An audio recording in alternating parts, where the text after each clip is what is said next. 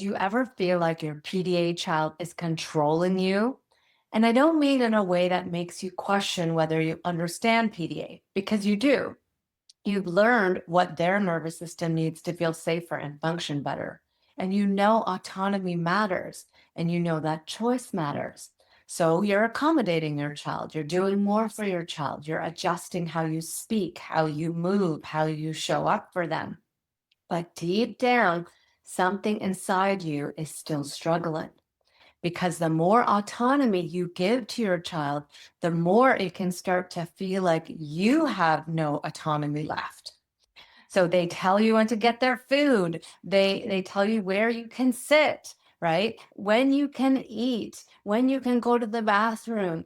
They can watch their screen, but you can't look at yours or theirs, right? And even though you understand intellectually that your child isn't trying to control you, your nervous system feels trapped, threatened, or on edge anyway. So, in this episode, we're going to unpack why we can get so triggered when our child needs so much control over us and how to support your child's need for autonomy and control without losing yourself in the process. If you've ever felt torn between doing what helps your child and needing to feel like you also have some control and sense of agency, I will help you make sense of that tension and give you some ways to lessen the triggering so that accommodating your child can feel easier. So let's begin. So, in the early days of understanding PDA for my son, something finally clicked. And I'm sure many of you can relate to this who have PDA kids. I remember reading about pathological demand avoidance and feeling that light bulb moment. This explains everything: his anxiety, his resistance, the way even subtle demands seem to send his nervous system into fight or flight. And for the first time, I didn't feel like I was failing as a parent. Okay. I felt like I had a map. I had words to describe what my son was experiencing. So I knew that I had to adopt a PDA informed approach. Okay. More autonomy, more choice, helping him feel more in control.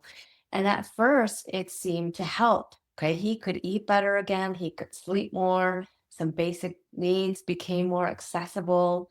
And then it morphed. Suddenly, he wanted control over when I could go to the bathroom, when I could eat, when I could rest, or whether I could watch TV while he watched his. He could watch, but I had to look the other way. Then it became about when I could sleep. Okay. And it felt like it was spiraling out of control because inside I was losing so much control, and that felt deeply threatening to my nervous system. And yet, every time I saw him meet a basic need, like eat more food that day, use the bathroom more often, get some sleep, access hygiene, and even like laugh and have some fun, I told myself this must be the right thing. So even though it was costing me, right? And I'm sure many of you can relate to this. And underneath it all, there was fear running the show. Not just fear of conflict, but fear of consequence. I have to do this or else he won't eat. If I push back, he'll lose access to the bathroom. If I get this wrong, he won't sleep. If I don't accommodate, everything will fall apart, right? And there will be lots of violent meltdowns. So it's all on me, or else he can't access any skills. There is no other way. Okay. These were all the fear based thoughts that I was having. And I would reach points where I couldn't take this much control over me anymore. The pressure would build and build until I would blow, and then I would feel bad. Then I'd swing back into what felt like giving in again because the fear returned. And because I didn't know how to meet my own needs inside this context without making things worse. My inner critic was relentless. Okay. You're doing it wrong. You're giving him too much control. Kids shouldn't have this much control.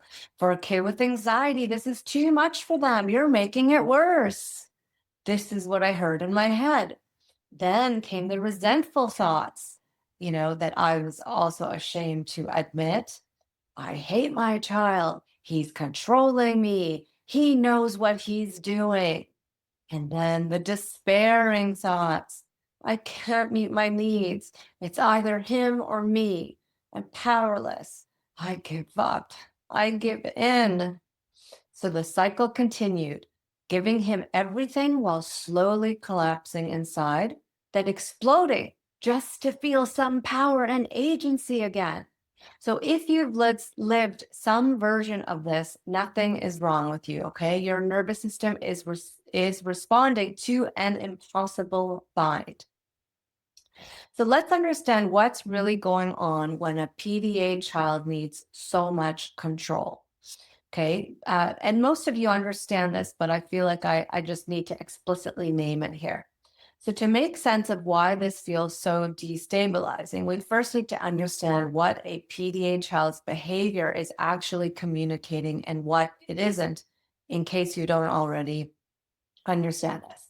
So a PDA child's need for what looks like control or control over you, or control over everything in the environment, it's usually not about like dominance or manipulation or power over you or others. Okay. It can feel that way, but it's not about that. It's about autonomy as a nervous system safety need. Okay. Autonomy as a nervous system safety need. This is a fundamental truth. For a PDA nervous system, and even for all nervous systems, right? We all need autonomy to feel safe. But for a PDA nervous system, demands, even subtle ones, can register as threat, right? Autonomy is not a preference, it's protection. It's how the nervous system avoids panic, collapse, or rage. So when your child tries to control the environment or you or their siblings, their system is often saying, I need this much predictability and autonomy to feel safe enough to function. Okay, so understanding this doesn't make it easy, but it can help us stop personalizing something that was never intended. It wasn't an intention to harm you or others, right? Their behavior is not an intention to harm you or others. It's an automatic nervous system response to needing more predictability and autonomy to feel safe enough. And most parents I work with already know this in their heads. They understand their child isn't trying to control them, manipulate them, or cause harm. And yet, in the heated moments, their nervous system still reacts as if something dangerous is happening. So I name this here not as a demand to think differently, okay, but as inviting you into a reframe that we slowly work toward embodying so that our nervous systems don't stay locked in the threat response, to a deeper need that actually helps our PDA children function and survive, right? So, because even when we understand this, it doesn't mean that we're not profoundly affected by it, right? This feeling of being controlled. And this is where the real work begins, okay? In understanding what this dynamic activates inside us. So, I want to help you to name these things and make it explicit so that you can really get why you're being triggered when you start to really accommodate your child and their need for autonomy and control. So we understand what's happening for the child and we name that, right? Without minimizing it. And we're going to name why this dynamic, what it activates in us parents so that we can work with it and we can lessen the triggering. Okay. So number one reason why we get triggered is conditioning, right? And the conditioning is this belief that parents should be in control. So I think most of you understand what I'm saying when I say conditioning. Conditioning is our conditioning and programming. It's all of the things that we learned growing up in an era of patriarchy and behaviorism and everything we see out there about even in like, gentle parenting approaches and even in the attachment world that the parent should have more of the dominance and be in control. Okay. And instinctually in our own like wiring as a human, right? We also believe that it comes from our own wiring that we have control over the children because we know how to provide for them and give to them. And so this is deep. Okay. So this is deep on so many levels. And even parents who consciously reject authoritarian parenting still carry deep conditioning that says parents should lead, children should comply, and allowing a child this much control means you're failing. Okay. And this conditioning lives in the nervous system, not just the mind. And when it's activated, inner criticism and shame often follow immediately, right? I'm doing this wrong. I'm letting things out of hand. I shouldn't be allowing this. Okay, that shame adds another layer of dysregulation on top of an already stressed system. So it's important to really become aware of this conditioning because it's often unconscious and it's often running the show in the background and getting triggered. Okay, the second triggering is what I'm calling autonomy collision. It's when two nervous systems, and especially two sensitive nervous systems, need to feel in control to feel safe. Okay, so here's a critical truth that often gets missed. Many parents of PDA children also have sensitive nervous systems that need a strong sense of autonomy and control in order to feel safe. Now, look, let's just name the truth here first. At the most basic level, all nervous systems need choice and autonomy and self direction. Okay, autonomy is a biological requirement for feeling regulated and safe in life. It's not a preference or a personality trait or like, oh, like you're just you're so controlling, you need so much control as part of your personality. It's a strategy for a sensitive nervous system that makes a lot of sense. So people with more sensitive nervous systems, um, the need is even stronger, okay? Because safety is often created by having a high degree of control over one's external world, right? How things are done, when they happen, how much stimulation there is, and what is predictable. So, this is often because sensitive nervous systems have a more intense inner world with more sensory overload, more emotions, more feeling a lot, feeling so much of everything. So you're teetering on overwhelm a lot more. So then the strategy becomes to use control, right? Creating control in the outside world becomes the adaptive survival pattern. So just take a moment to see if you recognize that in yourself. If you grew up learning, right, that control was how you stayed regulated by being, let's say, by being hyper responsible, right, compliant, prepared, careful, self contained, then losing control now doesn't just feel uncomfortable, it feels threatening to your nervous system. So when you parent a child whose nervous system also requires a high degree of autonomy and who meets your demands with resistance or panic or rage, then your system may register this as danger. Okay, this makes sense. And it's not because you want to control your child and not because your nervous system is losing. It's not because you want to control your child, but it's because your nervous system is losing the conditions it needs to stay regulated, right? These are our adaptive patterns. And when we can't like hold on to them, our nervous system starts to get really threatened. And this is often when parents find themselves swinging into like shutdown or collapse, burnout, let's say, freezing or giving up, defensive rage comes out, or panic.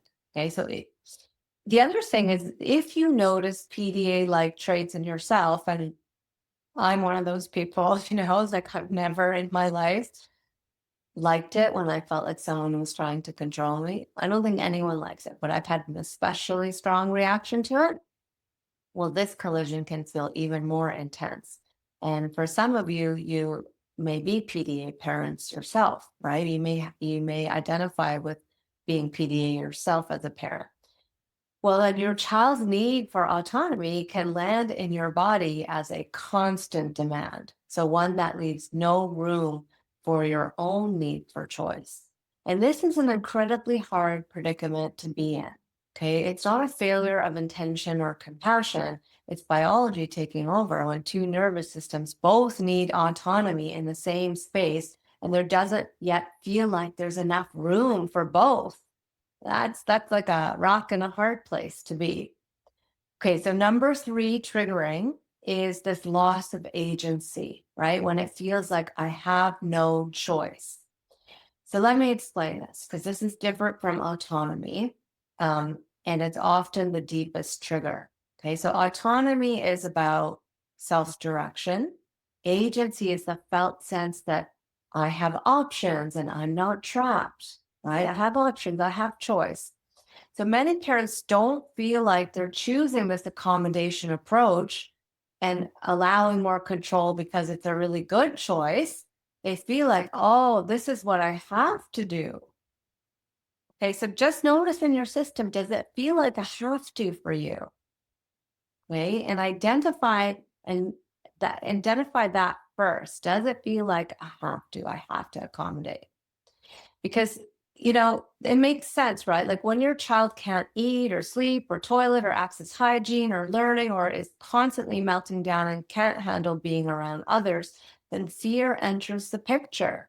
Okay, if I don't do this, he won't eat. If I get this wrong, he won't sleep. If I push back, they have violent outbursts or everything collapses. Okay, so this creates a sense of entrapment. I'm trapped, right? And entrapment is one of the strongest activators of fight, flight, freeze, and shutdown. Okay, the nervous system needs choice in order to feel safe and function well. This is a biological imperative. Okay, when a situation is experienced as having no choice, the nervous system moves out of regulation and into survival, leading over time to panic, collapse, resentment, rage, or burnout. So let's identify this. Okay, does it feel like I'm accommodating because I have no other choice? And we want to shift and change that. Okay, so number four reason that you get so triggered when you adopt an accommodation approach and giving your child more control is that trauma gets triggered, right? Especially trauma of being controlled or silenced yourself. Okay, this happens a lot to us as a child, and this is so important to really become aware of this. So I often tell my clients and students that much of we react to today is rooted not in the present moment, but in past trauma and relational wounds from childhood. So if you grew up having to suppress your needs, emotions, or impulses in order to stay connected, safe, loved, or approved of, then parenting a PDA child can reopen those old wounds.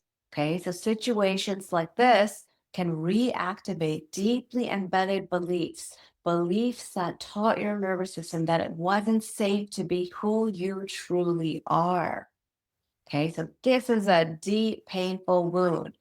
Your body remembers not being allowed to say no or have a boundary. So think about how much as kids we experience that, right? No is not good. Anger is not good, right? Like expressing our true expression of something is not good. Not being allowed to rest or give yourself what you truly needed, right? You may have been called lazy, or your parents said that you have to be, efficient or do more in order to be like a loved or accepted, instead of like really listening to what your true needs are and give and allow yourself rest, when you truly needed it. Not being allowed to be yourself or express your true feelings and impulses. Okay. So even if those feelings were, quote unquote, more negative, there are really no negative feelings, but sort of like more challenging expressions of emotions for others, then, and though that was our truth, um, and that got shut down, right? In these moments with our kids, that all of these wounds get activated. Okay, so when you need to change who you are now for your child, right, which we're all doing to accommodate their nervous systems, we override our natural impulses, we block our true no when we want to say no, right? Or we suppress our authentic expression in order to accommodate your child's nervous system. Like I know that I couldn't get really excited and playful for a while with my child because he couldn't handle it. So then your system may react as if that childhood trauma is happening all over again and you're being shut down all over again. So even when you understand intellectually that this situation with your child is different, your body may not experience it in that way. The past compounds the present moment and intensifies the emotional charge, making it much harder to stay regulated, grounded, and able to see your child with the clarity and compassion that you genuinely want to bring. Okay, number 5 reason for triggering is this feeling of my needs don't matter. Okay, this comes from attachment wounds and then developing this this way of being called fawning. Okay, and then which gets activated with our kids. Fawning or people pleasing. Okay, fawning, appeasing, or people pleasing. So for many parents, this dynamic, with our kids and accommodating them intensifies a deep relational wound. It's that other people's needs matter more than mine. So just take that in for a moment. Other people's needs matter more than mine. Does that does that resonate with you? Is that something that you're operating through? If you learned early in life, okay, that staying connected and attached meant being more accommodating, compliant, or emotionally available at the expense of yourself and your true needs and your true expressions, then parenting a PDA child can quietly reactivate this pattern. Okay, your nervous system may default to people pleasing or appeasing or even self erasure, erasing yourself, which is more fawning. Okay, it's not because you want to disappear, but because this was once how you stayed safe and connected. So now that you're accommodating your child more so that they won't react and a part of you, has a hard time tolerating their intense reactions because you've had a lot of traumas from them, then your system may default to this pattern, but it burns a lot of energy, right? People pleasing, appeasing, fawning burns a lot of energy, and it's a stress response. So over time, repeatedly putting your own needs last can lead to this feeling of apathy or despair or depression or emotional collapse. And on the other end of the spectrum, when the system can no longer tolerate the self abandonment, it may swing into explosive rage as the only way to reclaim a boundary and feel some sense of power and agency again. Okay, this is what the system does. It tries to balance out, right? On the one end, you have the extreme people pleasing, giving up of yourself, and on the other end, then to try and not saying your no, not following your true impulse, and then on the other end, you have the rage that comes out to be able to finally feel some power and agency again, and the system's trying to balance itself out, although it's doing it in extreme ways. Okay, so both responses are not character flaws. They are nervous system adaptations to prolonged loss of agency and unmet attachment needs. Okay, number 6 reason for triggering is this identity erosion and self betrayal. Okay, so when you repeatedly override your own body impulses and needs, something deeper can happen over time. And you may begin to feel like, I'm disappearing. I don't recognize myself anymore. I'm betraying myself just to get through the day.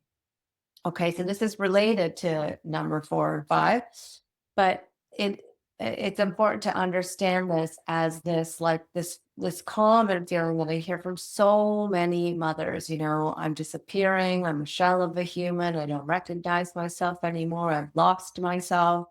And this isn't just about burnout or exhaustion. It's a rupture in your relationship with yourself, created by having to consistently abandon your own signals and boundaries and truth in order to survive the parenting context that we're in. Okay. This is a tough one.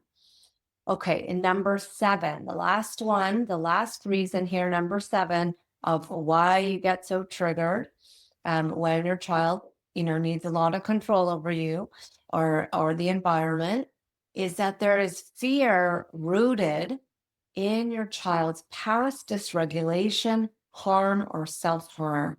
Okay, and this is the reality that many parents also carry deep fear rooted in real past traumatic experiences with their child.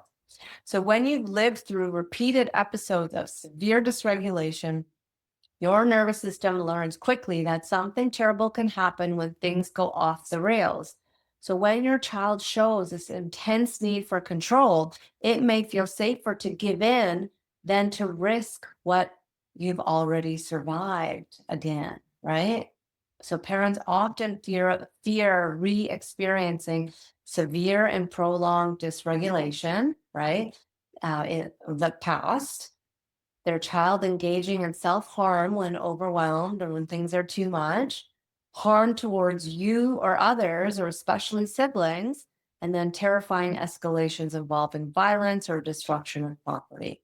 Okay, so when this history is present, your nervous system may be holding a belief like, if I don't do this or if I don't do this perfectly, something terrible could happen. And that level of responsibility is overwhelming.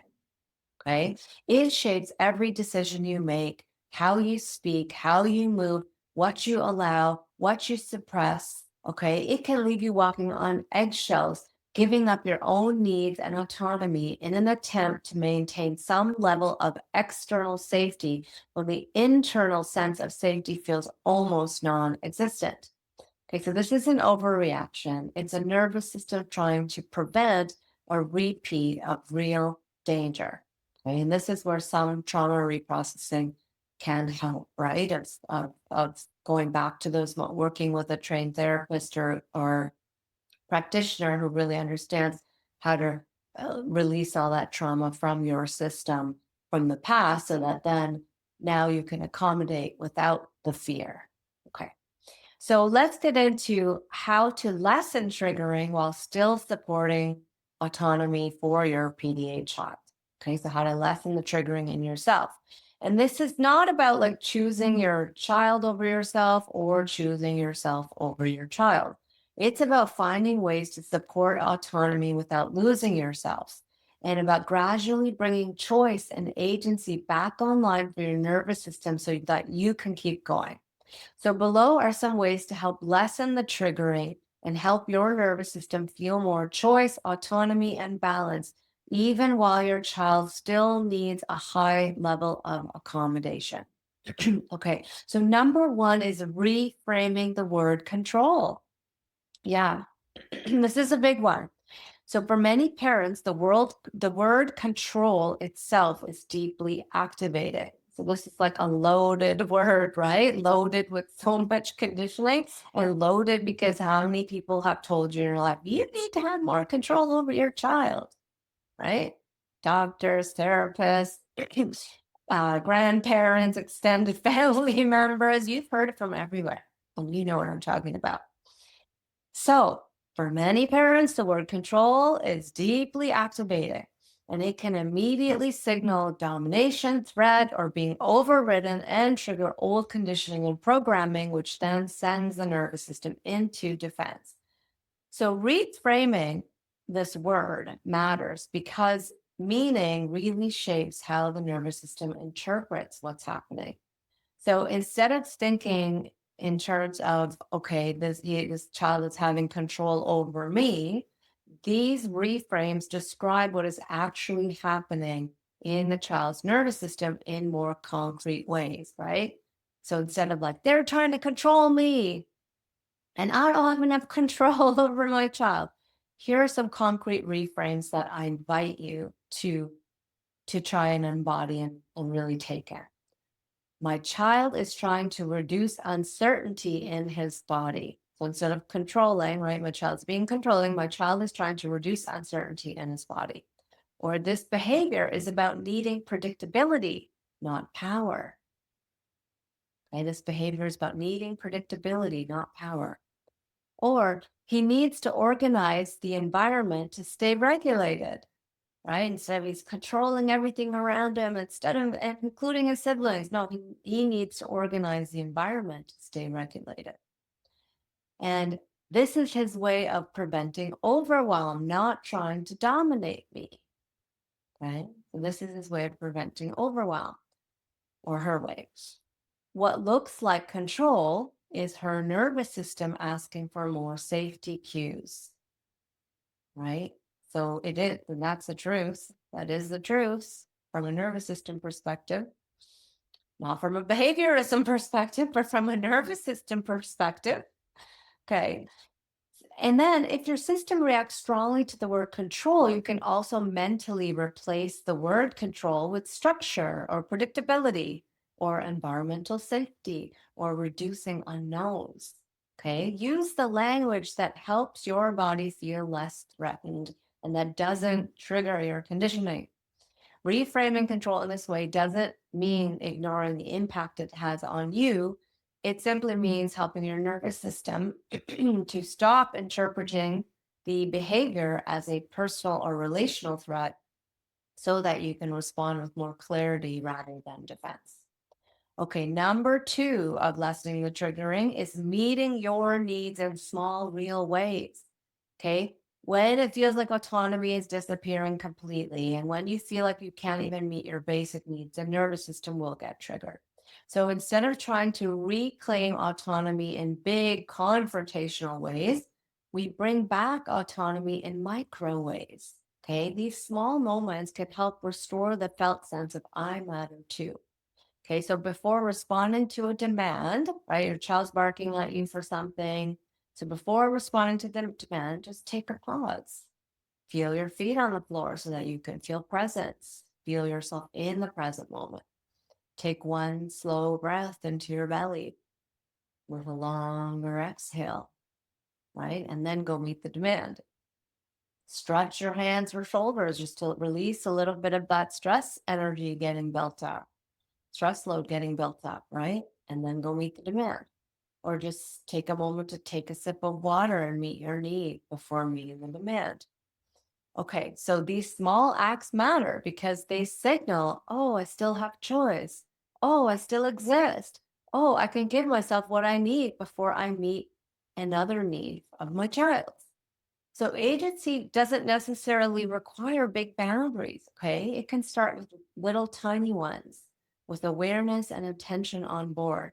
So when you help yourself feel even briefly that you can follow your own internal impulse and care for yourself, then your nervous system feels like it has choice to do something instead of stay stuck, and it settles and feels safer. Okay, so number three of lessening triggering is working with control over your basic needs in safety informed ways.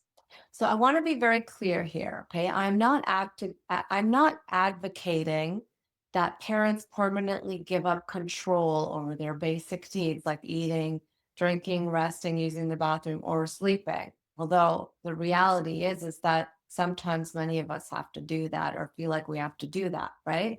And there was a period where I felt like I had no choice because safety was fragile and basic needs were barely accessible for my son. So that's the harsh reality that many of us can live in. But that really was not the end point. Okay. As more safety came online, I worked one step at a time to help my son feel safe without controlling my basic needs. And I did this by offering autonomy and choice in many other areas. Okay, so letting him feel control, autonomy, and choice in many other areas besides my basic needs, and slowly shifting the expectations around my basic needs. Okay, and also it was so important for me to work on my own nervous system so I could tolerate his distress and rage when I didn't comply, when it came to my basic needs. Okay. And then when he saw that I could be okay with his distress and I could still do what I needed and I still came back to him over time, he realized, that he was okay with me meeting those basic needs. Okay. And I realized something important too, If I didn't feel safe meeting my own basic needs, then my child would never truly feel safe either. Because guess what? He reads my nervous system and he becomes me, and we become each other. That's the reality of nervous systems. You all pain with each other, right? Okay, so this wasn't about enforcing boundaries for him in a harsh way, right? It was about building enough safety that autonomy didn't come at my expense. Okay, but the boundaries did need to come in eventually around my basic needs. Okay, so number four of lessening triggering is redistributing control so it doesn't all fall on you. Okay, so there was another turning point that made a profound difference for both my son and me. I realized that his need for control didn't actually have to be met only through me. At one point, I hired a caregiver, someone my son could direct, control, and feel autonomous with. Okay, this gave him a place to fill that control bucket without all of it landing on my nervous system. Okay, and this impact was significant. It reduced pressure on me, it softened the intensity in our relationship, it gave me something that I desperately needed, which was space. Okay, space to rest, space to regulate, space to heal my own triggers without constantly being activated. Okay. And what surprised me most was how much this helped our relationship. So when I wasn't carrying the full weight of his need for control, I could show up with more patience and clarity and genuine connection. Okay. So this wasn't, giving up or avoiding the work, right? I did the hard work of really looking what was getting triggered within me. And I continued to do that work. But it was recognizing that one nervous system cannot hold everything alone. Okay. And that was a big learning for me to recognize and let go of that. And then, put it out to the universe to find a way to get help. That there are others that can be part of this team and help take on some of this load. Okay. So for many PDA children, having autonomy and control with someone else can be deeply regulating, right? So sometimes even more so because it removes some of the attachment charge from the parent child dynamic. So, for some of you that are not able to get support for various reasons, my heart goes out to you and I get it, right? Not all of us have the means to get the support. And my suggestion would be to keep working on taking micro moments of self care and feeling your autonomy and choice in the little moments. And when you do have time, take that rest. Okay. And over time, though, those little micro moments, they do add up and they help a lot. Okay, number four reason number four way of lessening triggering is allowing grief and reclaiming yourself over time. Okay, so some of what this parenting journey brings up isn't something to just regulate away, it's something to be with, to grieve. Okay, so grief for the loss of ease, the loss of spontaneity, the loss of meeting your own needs freely. Okay, the loss of who you thought you would be as a parent. Okay, when grief is bypassed, the nervous system ends up going into numbness or depression or resentment or rage. So, allowing yourself to name what has been lost without judging it helps your nervous system stop carrying the weight alone. Okay, this is also part of how you reclaim yourself. Okay, it won't happen all at once, but in small moments where you remember, I am still here, I still matter. Okay, grief is not giving up, although it can feel that way sometimes. It's how the nervous system metabolizes reality, right? The losses that we truly experience, we metabolize them, we process them so that we can move forward again. Okay, now the last reason, the last way of lessening triggering, number five, is letting fight and flight energy complete. Okay, so this is so important. Every time you feel an impulse to say no, that's fight energy.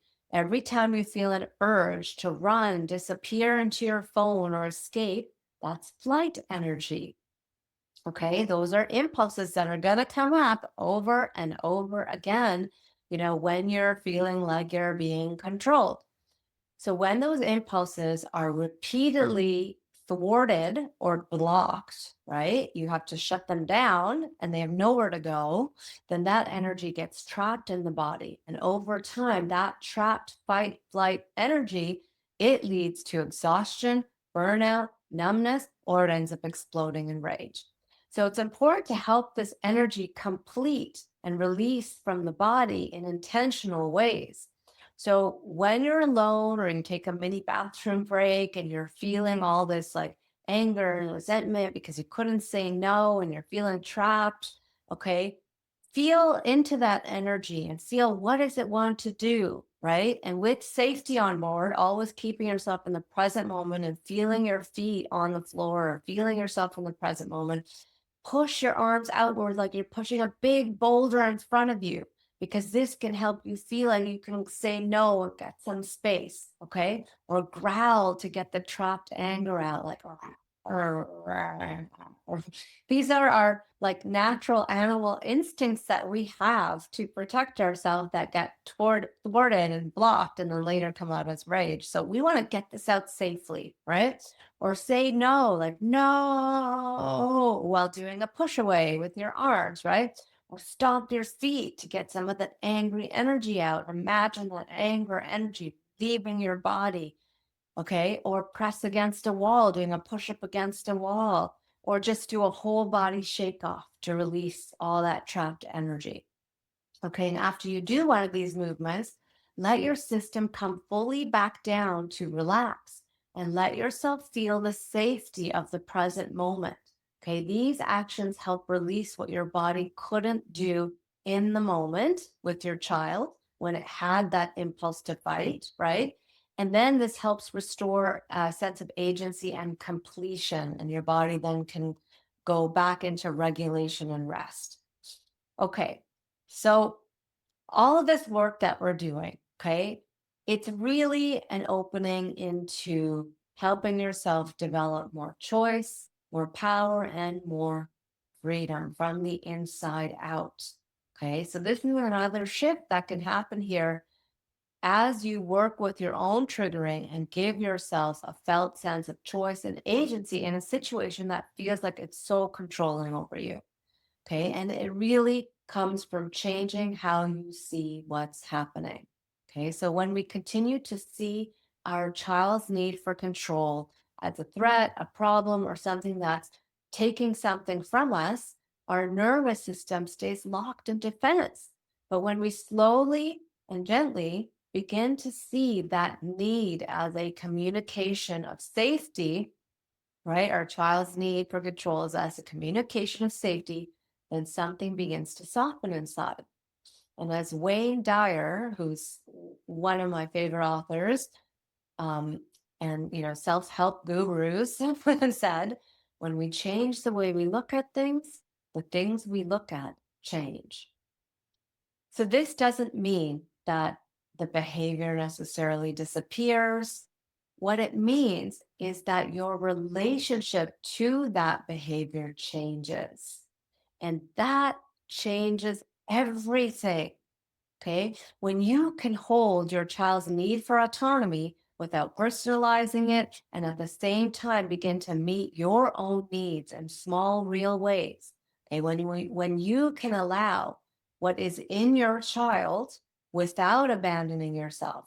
And when you stop fighting reality and instead starting to work with it, right? Allowing all that is and work with it, then the experience inside your body begins to shift. And what once felt like one heavy, impossible problem starts to feel like an opening, an invitation, a place where you are learning, not just about your child, but about yourself. Okay? You begin to discover that your power was never about controlling the situation, it was about how you meet it, how you meet that situation.